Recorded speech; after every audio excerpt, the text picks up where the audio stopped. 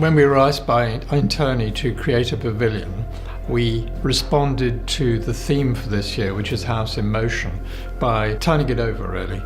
Our approach has been about motion in the house. As a practice, we start with the spaces inside buildings, and spaces inside buildings are very much to do with human movement through those kind of spaces. So we thought, well, we'll make a pavilion which encourages people to move in a certain kind of way. And the interpretation we've given has taken the shape of this pavilion, which is a three-dimensional, very sculptural element, whose purpose is to capture and define the space inside it. To capture a volume without defining a volume, to design a curtain of the plan without not closing them, to be able to have experience a different perception when you go and walk into the pavilion.